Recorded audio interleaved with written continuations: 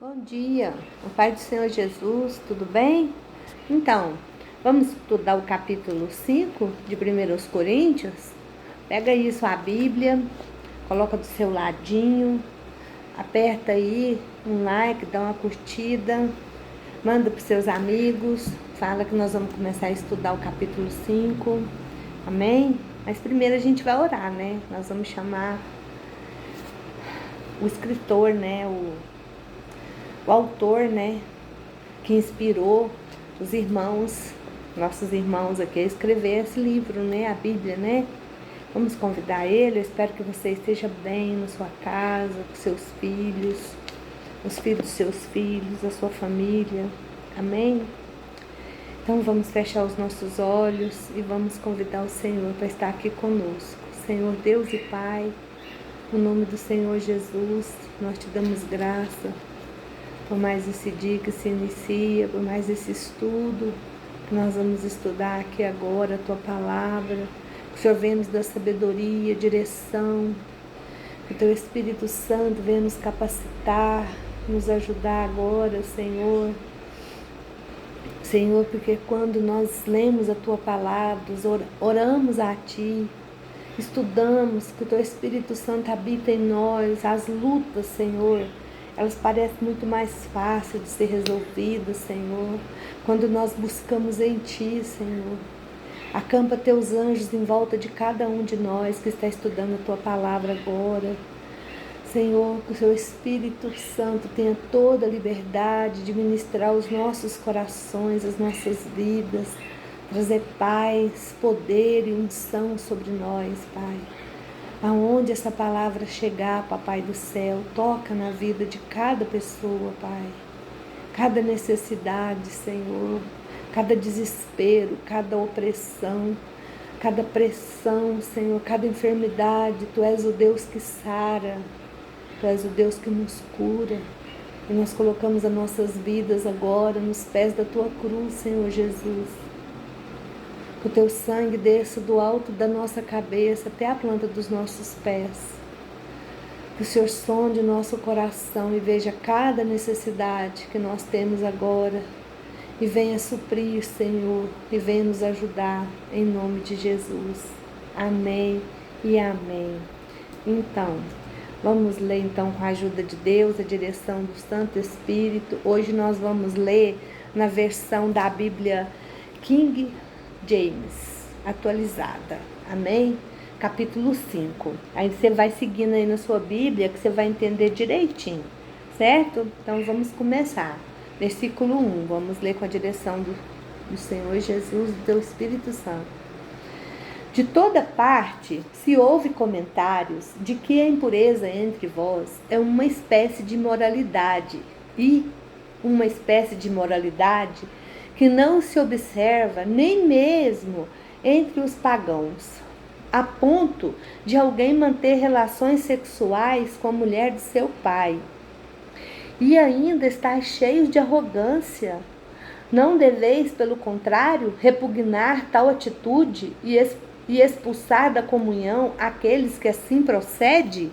O Paulo está falando com a igreja que está lá em Coríntios. Ele está falando sobre as coisas que estão acontecendo lá, certo? Então, vamos versículo 3. Apesar de estar ausente fisicamente, estou presente em espírito, e já julguei quem praticou tamanha insolência, como se estivesse presente. Ora, quando vos reunides em nome do Senhor Jesus, e eu estando convosco em espírito, diante da presença do poder do Senhor Jesus, entregue esse homem a Satanás, para que a carne dessa pessoa seja destruída, mas seu espírito seja salvo no dia do Senhor. Paulo era bem rígido. Esse vosso orgulho não é bom. Não sabeis que um pouco de fermento faz com que toda a massa fique fermentada? Livrai-vos do fermento velho, a fim que sejais massa nova e sem fermento, assim como certamente sois, porque Cristo, nosso Cordeiro Pascal, foi sacrificado. Por isso, celebremos a festa, não com fermento velho, e nem com fermento maligno da corrupção, mas com os pães sem fermento da sinceridade e da verdade. Já vos adverti, por causa que não vos associeis a nada que fosse imoral. Dizendo isso, não me refiro às pessoas imorais desse mundo, nem os avarentos ou ladrões, ou ainda os idólatras. Se assim fosse, seria necessário que saísse do mundo. Entretanto, agora vos escrevo para que não vos associeis com qualquer pessoa que, afirmando-se irmão, for imoral, ganancioso, idólatra, ou caluniador, embriagado, ou estelionatário. Com pessoas assim, não deveis sequer sentar-se para a refeição. Pois, como haveria eu de julgar os que estão de fora da igreja? Todavia, não deveis vós julgar os que estão dentro? Contudo, Deus julgará os que são de fora. Expulsai, portanto, do vosso meio os que vivem na prática da indecência. Paulo aqui, ele estava preocupado, sabe, com o que estava acontecendo dentro da igreja, porque as pessoas dentro da igreja estavam indo, participando, falando que era cristão, mas de fora estavam fazendo coisas muito piores daqueles que não conheciam a Deus e não faziam vontade de Deus. E não é diferente nos nossos dias. Nos nossos dias também acontece isso. E a gente até tem uma maneira de falar que é lobo vestido de ovelha, né? A pessoa vai na igreja, diz que é, como o Senhor Jesus falou pro apóstolo João lá em Apocalipse, aqueles que diz que são cristãos, mas não são, mentem, sabe? Então, tem no nosso meio. Lembra da parábola de Jesus, quando ele falou que quando o Senhor Jesus viesse, ele ia separar o joio do trigo? Porque o homem plantou o trigo à noite, veio o inimigo e plantou o joio. Então ele falou que se naquele tempo ele fosse arrancar o joio, ele arrancava o trigo junto, que era para deixar que no dia que o Senhor Jesus viesse, ele ia separar, os anjos iam separar o joio do trigo. Então o que a gente deve fazer?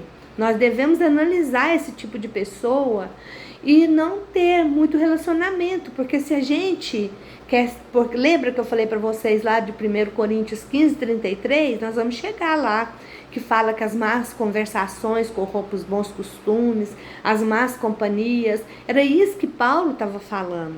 Então nós vamos começar a estudar aqui agora, dentro da Bíblia aqui, ó, do estudo bíblico, da minha Bíblia de estudo, tá certo?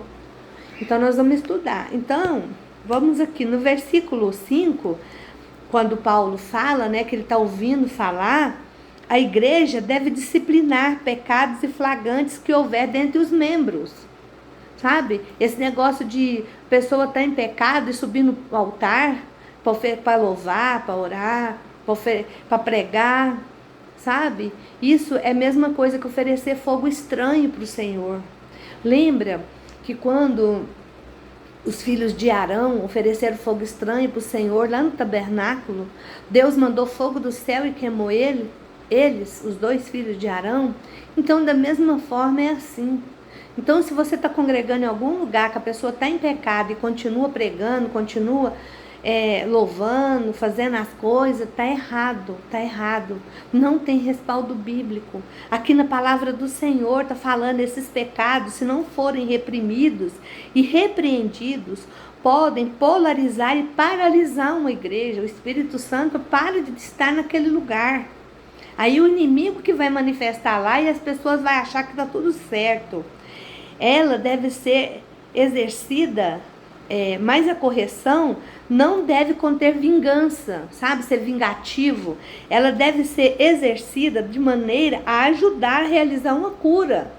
Tipo assim, eu conheço um irmão, não vou falar o nome, que ele cometeu um pecado e o pastor colocou ele de castigo na igreja. Você não vai louvar, você não vai fazer nada, você pode vir no culto sentar, até você fazer uma aliança com Deus e retornar para o Senhor e eu ver que você está bem. Irmãos, eu vou falar uma coisa para vocês. Esse irmão voltou com tudo. Deus tem usado ele poderosamente, sabe por quê? Ele aceitou a disciplina. Ele foi disciplinado, o pastor chamou ele, corrigiu ele, orou com ele. E de vez em quando ele falava para o pastor que queria voltar, o pastor falava, não está na hora. Não está na hora. Até que o pastor Marcos liberou ele. Irmãos, Deus tem usado ele poderosamente. Vocês não têm noção. Então isso chama disciplina. A disciplinar o filho que ama. Quando o filho da gente não faz uma coisa errada, a gente não chama ele para um lado e não disciplina ele, não põe de castigo. Isso é pro bem dele. Então foi isso que Paulo fez, né? Ela deve ser exercida de maneira a ajudar a realizar uma cura. Os crentes de Corinto se recusaram a lidar com um pecado específico em sua igreja. Um homem estava tendo um caso amoroso com a mulher de seu pai. A igreja estava ignorando a situação. E Paulo estava dizendo que ela tinha responsabilidade de manter os padrões morais encontrados nos mandamentos de Deus. Deus diz que não devemos julgar os outros, mas Ele também diz que não devemos tolerar o pecado flagrante, porque permitir que o pecado não sofra punição terá um efeito perigoso nos outros crentes. Tipo assim, as pessoas estão vendo que aquela outra pessoa está em pecado, está cometendo pecado, ele dá liberdade para ele fazer também. Fala, mas eles não fazem nada, então vamos... Aí vai virar uma coisa sem limite, né? Então, quando ele fala assim, entregar esse homem a Satanás, quer dizer excluí-lo da comunhão dos crentes, sabe? E foi isso que o Paulo estava ensinando, né? Sem o apoio espiritual dos cristãos, aquele homem ia voltar para o mundo, sabe? Mas o que aconteceu? Aí ele falou, esse homem ficaria sozinho com o seu pecado. E talvez isso levasse ao arrependimento. Mas se ele arrependesse, sabe? Ele ia voltar, e o que eu contei para vocês, o testemunho, e Deus ia abençoar ele grandemente, né? Então, as palavras para a destruição da carne declaravam a esperança que a experiência o trouxesse a Deus para destruir a sua natureza pecadora, né? Por meio do seu afastamento do pecado. A palavra traduzida como carne significa natureza pecadora, sabe? Quando traduz lá do hebraico, como foi escrita a Bíblia, né? E significa natureza pecadora. Então, que aquele homem fosse repreendido e Deus fizesse uma obra no coração dele, ele voltava e ia ser reconciliado com a igreja e Deus ia abençoá-lo. A expulsão de alguém da igreja deve ser o último recurso em uma ação disciplinar. Isso não deve ser feito por vingança, mas por amor, da mesma maneira que os pais punem os filhos, como eu falei, né? Aí o pastor chama mais outra pessoa junto, conversa com aquela pessoa, ora com ela, explica para ela, não é para expulsar, não precisa expulsar da igreja, mas tirar ele da doutrina, como eu contei para vocês. E o que acontece? Ele vai motivando o arrependimento dos seus pecados e o retorno para a comunhão da igreja. E isso acontece. Lá no versículo 6, Paulo estava escrevendo aqueles que queriam ignorar esse problema, fazer de conta que não estava vendo, passando pano da linguagem popular, né? E que não percebia o fato de que permitir aquele pecado existir na igreja é algo que afeta todos os membros. Todos nós lutamos diariamente, sabe, para servir a Deus. Sabe aquela música do Thales, que fala assim, eu escolho Deus? Ele fala que todo dia ele acorda e tem luta, tem problema, mas ele escolhe Deus, ele escolhe Cristo todo dia. E é isso que a gente tem que fazer quando a gente está diante de um problema. Lembra não sei se vocês conhecem a história de José, a história de Sadraque, Mesaque e Abednego. O José foi vendido pelos irmãos dele, né? E ele foi ser escravo lá no Egito, lá na casa de Potifar. ninguém sabia como que era servir a Deus, ninguém conhecia o Deus, porque lá o povo servia deuses idólatras e não tinha nada a ver com o nosso Deus, o Criador do céu e da terra. Chegando lá, ele escolheu no coração dele. Ele ficou firme na presença de Deus, ele buscava Deus, ele orava, ele tinha um bom testemunho, onde ele chegava, ele destacava. Isso aí significa que a fé daquele homem foi provada, e ele conseguiu, ele virou o quê? Governador do Egito. E o Daniel, os irmãos satrapas lá, como José, também chegaram lá na Babilônia, ninguém sabia como era servir a Deus. Ninguém conhecia o Deus deles, mas no coração deles, eles colocaram assim firmemente, por ficar firme na presença de Deus. E Deus honrou Daniel até o fim, honrou a eles até o fim. Tanto que o Mesaque e o Abednego, Sadraque, Mesaque e Abednego, foram lançados na fornalha de fogo ardente, porque não quiseram se prostrar diante a um ídolo. E a fornalha foi aquecida 7 vezes e Deus guardou eles. E eles não tinham nem cheiro de fumaça quando eles saíram de lá. Sabe por quê? Porque aqueles homens tinham no coração deles assim, a postura de servir a Deus. Então, o que acontece? Uma pessoa está em pecado dentro da igreja, junto conosco, e a gente vê aquilo acontecer e não toma atitude nenhuma, nós somos cúmplices daquele pecado. E a igreja vai perdendo, o Espírito Santo vai sair daquela igreja. E foi isso que aconteceu, isso que estava acontecendo lá naquele momento. Então, nós temos a responsabilidade com o nosso irmão do lado. Eles estão vendo o que está acontecendo com a gente. Lá em Hebreus 12 está escrito assim, que em volta de nós tem uma nuvem de grande testemunha, que está vendo o que está acontecendo. Que testemunha que eu sou? Que testemunha que você é? Você está servindo a Deus? Você tem sido fiel a Deus? Então, lá no versículo 7 ou 8, quando os hebreus se preparavam para o êxodo, deixando a escravidão no Egito, foram instruídos a preparar pão sem fermento. O que é que Paulo está falando sobre esse fermento? Esse fermento, espiritualmente falando, é quando uma coisa está errada e você deixa aquela coisa, aquele pão vai, falando do pão propriamente dito, de uma massa de pão, quando você coloca um pouquinho de fermento naquele pão, o que acontece com aquela massa? A massa cresce e dobra de tamanho. Então, o pecado também é da mesma forma. Vou dar outro exemplo para vocês. É vocês pegar uma batatinha podre e colocar dentro de uma sacola que tem umas batatas boas. Sabe o que vai acontecer? Uma maçã, qualquer coisa. As outras, os fungos que tem naquela que está podre, as bactérias vai passar para as outras e todas vão apodrecer.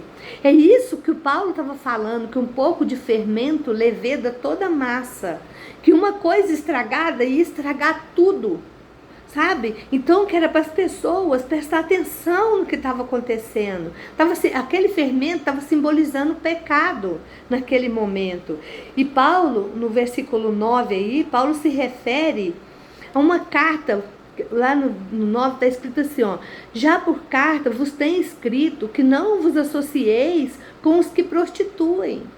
Não fica perto do pecado. Sabe? Você fica vendo, é igual eu falo, né? Tem todo mundo fala mal, eu vou falar também. Na Globo, tá passando umas novelas assim, de homossexualismo e tudo mais. O que é aquilo? As pessoas vão vendo aquilo e vão conformando com aquilo.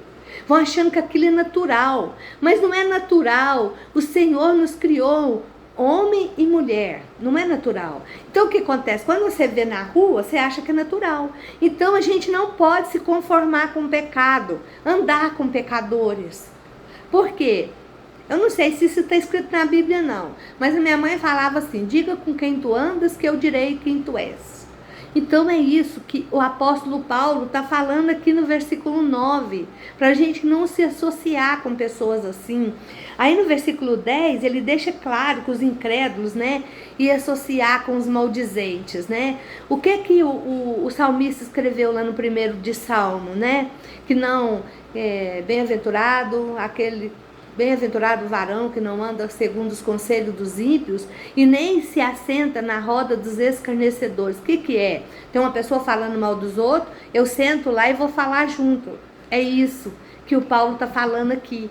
Quando a gente se associa com uma pessoa assim, a gente está em pecado. O fermento está crescendo, o pecado a massa está crescendo, tá entendendo? E no versículo 11, né, Paulo deixa claro que a gente não pode ficar se relacionando demais com os incrédulos, né? Então, se fizermos isso, não estaríamos obedecendo a instrução de Deus. Quando Jesus fala sobre a salvação, né? Lá em Mateus, do 28, do capítulo 28, 18 ao 20, mas devemos nos afastar, porque o Senhor falou que é para nós ir a todo mundo pregar o evangelho, a toda criatura, todo aquele que crê e for batizado será salvo. Uma coisa é você pregar o evangelho, outra coisa é você se associar com ele, estar sempre com ele, certo? Outra coisa também, vocês já ouviram falar num bichinho que chama camaleão? Ele é um largato, que é assim, se ele ficar perto de uma árvore verde, ele vai ficar verde. Se ele ficar perto disso aqui, ele vai ficar marrom. Se ele ficar perto do tronco, ele vai ficar parecido com um tronco. Então é mais ou menos isso. Tem pessoas que é assim, ele está dentro da igreja, ele parece com os crentes. Aí ele vai trabalhar, chega lá no serviço dele, o povo lá fala besteira, xinga, fala mal, ele entra no meio. Então, na palavra de Deus está escrito que nós que servimos a Deus temos que ser sim, sim ou não. O que passa disso é de procedência maligna. Se nós somos filhos de Deus, filhos da luz, nós precisamos iluminar as pessoas que estão à nossa volta. Não levar escuridão para elas. Se às vezes as pessoas acham que tem que fazer igual o outro para ser amigo, para ganhar amizade. Não, gente, não faça isso. Fala de Jesus para a pessoa, conta para ela o que Jesus tem feito na sua vida, certo? Uma igreja que inclua esse tipo de pessoa dificilmente será adequada para ser a luz do mundo. Nós precisamos iluminar as pessoas e não trazer pecado para a vida delas. Não concorda com o pecado, não. Ajuda as pessoas a sair do pecado, fala do Senhor Jesus para ela. Fazer isso seria distorcer a imagem de Cristo que apresenta no mundo. Os líderes das igrejas, principalmente, devem estar preparados. Eles devem buscar a Deus e ter um comportamento assim, com caráter, para eles poderem levar a palavra de Deus, para quando eles for corrigir a pessoa, porque quando uma pessoa está em pecado, ela não tem autoridade no mundo espiritual. Lembra que eu já contei isso para vocês, já expliquei? Para a gente ter autoridade no mundo espiritual, a gente tem que ter em obediência à palavra de Deus. E no versículo 12, a Bíblia nos diz constantemente que não devemos criticar as pessoas promovendo mexerico. Já falei sobre isso.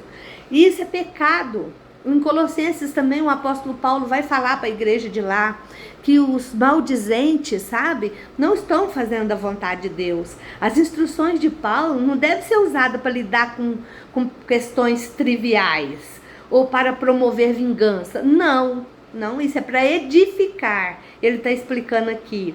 Nem devemos ser aplicados nos problemas individuais entre um e outro, entre os irmãos, fazendo confusão, briga, mexerico, tá entendendo? O pecado, esses versículos são instrução para lidar com o pecado declarado em uma igreja. O pecado cometido por uma pessoa que afirma ser cristã, que está lá dentro da igreja, falando que serve a Deus, mas quando ele sai, ele fica no pecado, é os camaleões que eu falei. Então a igreja tem que confrontar, disciplinar essas pessoas. Amém? Então, esse é o capítulo 5 de 1 Coríntios. Hoje eu vou ler aqui agora o capítulo 6, porque ele é pequeno, e amanhã a gente vai estudar ele, para ver se a gente consegue andar mais rápido, né? Porque a gente anda muito lento, parecendo uma tartaruga, né? Então vamos, capítulo 6, 1 Coríntios, versículo 1. Atreva-se alguém entre vós, quando há litígio de um contra o outro, levar o caso para ser julgado por pessoas pagãs e não pelos próprios santos? Ou desconhecidos que os santos julgarão Ou desconheceis que os santos julgarão o mundo todo? Se o mundo será julgado por nós, como sois incompetentes para julgar assuntos de tão menor importância? E mais, não sabeis vós que iremos julgar, inclusive os anjos? Quanto mais as demandas triviais dessa vida. Nós vamos estudar isso no próximo capítulo, viu? Será que quando surgem questões dessa vida para serem julgadas, constituís como juiz as pessoas menos respeitáveis da igreja? É para vossa vergonha que me expresso dessa forma. Não há, porventura, nem ao menos um sábio entre vós para julgar uma contenda entre irmãos? Só o fato de haver entre vós processos judiciais, uns contra os outros, revela que já estáis derrotado. E em vez disso, por que deis preferência a sofrer injustiça? Por que não arqueis com prejuízo? Entretanto, sois vós mesmo que praticais a injustiça e cometeis fraudes, e tudo isso contra seu próprio irmão. Não sabeis que os injustos não herdarão o reino de Deus? Não vos deixem enganar, nem imortais, nem imorais, nem idólatras, nem adultos, nem os que entregam práticas homossexuais de qualquer espécie, nem ladrões, nem avarentos, nem viciados em álcool ou drogas, nem caluniadores, nem estelionatários herdarão o reino de Deus. Assim foste alguns de vós, contudo vós fostes lavado, santificado e purificado, justificado no nome de Jesus Cristo e no Espírito Santo do nosso Deus. Amém? Então, até o versículo 11 que eu li. Nós vamos terminar por aqui.